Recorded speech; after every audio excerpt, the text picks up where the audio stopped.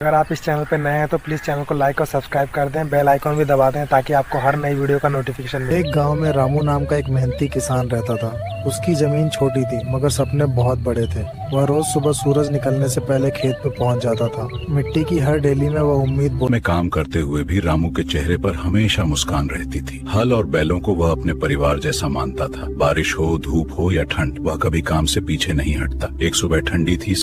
99, 81, 52 चारों तरफ सूखा पड़ गया था। खेतों की बसी फसलें आंखों के सामने झुलस रही थी। कई किसान निराश होकर अपना घर छोड़ने लगे, लेकिन मैंने ठान लिया, हार नहीं मानूंगा। पानी यहीं से निकला। पूरे गांव को शक था कि मैं अकेला ये कर पाऊंगा। अरे अकेला क्या कर लेगा, मिट्टी तक नहीं कटेगी। मगर मैंने किसी की नहीं सुनी, बस खोदता रहा दिन रात। अब तो बात सुनाई दिया पानी का। मेरे खेतों में पानी की कमी नहीं रही। धीरे धीरे मैंने फिर से फसलें उगानी शुरू की। इस बार की फसल पहले से भी अच्छी निकली। मेहनत का रंग ऐसा होता है। अरे रामू, कमाल कर दिया रे तू। हाँ भैया। अच्छा बाल्टी आगे कर लो, पानी भर लो। राम राम बेटा, तेरा बहुत उपकार है। मैंने सोचा पानी सबका है, अपने ट्यूबवेल का पानी सबके साथ बांटूंगा तो किसी की फसल सूखेगी नहीं। धीरे धीरे खेतों में हरियाली लौट आई। रामू हमेशा कहा करता था, मेहनत और विश्वास कभी व्यर्थ नहीं जाते। भोर से लेकर रात तक उसने बस यही किया, मेहनत और भरोसा। यही वजह है कि आज उसका नाम। रामाय की मेहनत का फल सिर्फ उसे ही नहीं मिला। उसने खेत जोते, सूरज की किरणों से चालू हुआ पंप लगाया और बांध बनाकर पानी यहाँ तक पहुँचाया।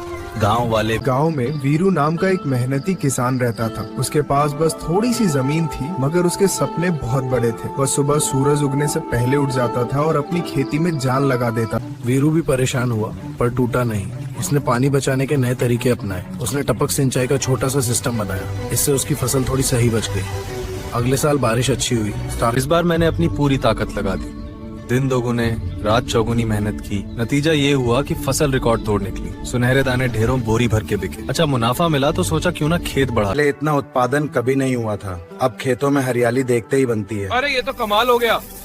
गांव वाले भी हैरान हैं और मेरी मेहनत देखकर उन्हें हौसला मिलता है। मैंने रासायनिक दवाइयाँ। शहरों में अब मेरी उपज की मांग बहुत बढ़ गई है। व्यापारी सीधे खेत पर आकर खरीदने लगे हैं और दाम भी अच्छे मिल रहे हैं। हर सीजन में मुनाफा बढ़ता जा रहा है। बढ़िया माल है भाई। तो अब मैं गांव के बाकी किसानों को भी यही नए तरीके। सबकी जिंदगी धीरे धीरे सुधरने लगी। वीरू अब एक सम्मानित किसान बन चुका था, मगर उसके कदम रुके नहीं। उसने गांव में ठंडे भंडारण का प्लांट लगवाया। अब फसल सड़ने से बच जाती। 81, 52 सही समय पर बेचता तो दाम अच्छे मिलते और कमाई बढ़ जाती। धीरे धीरे वही कमाई मेरे खेत में लगती रही। पहले ट्रैक्टर लिया, फिर बीज बोने और कटाई की नई मशीनें।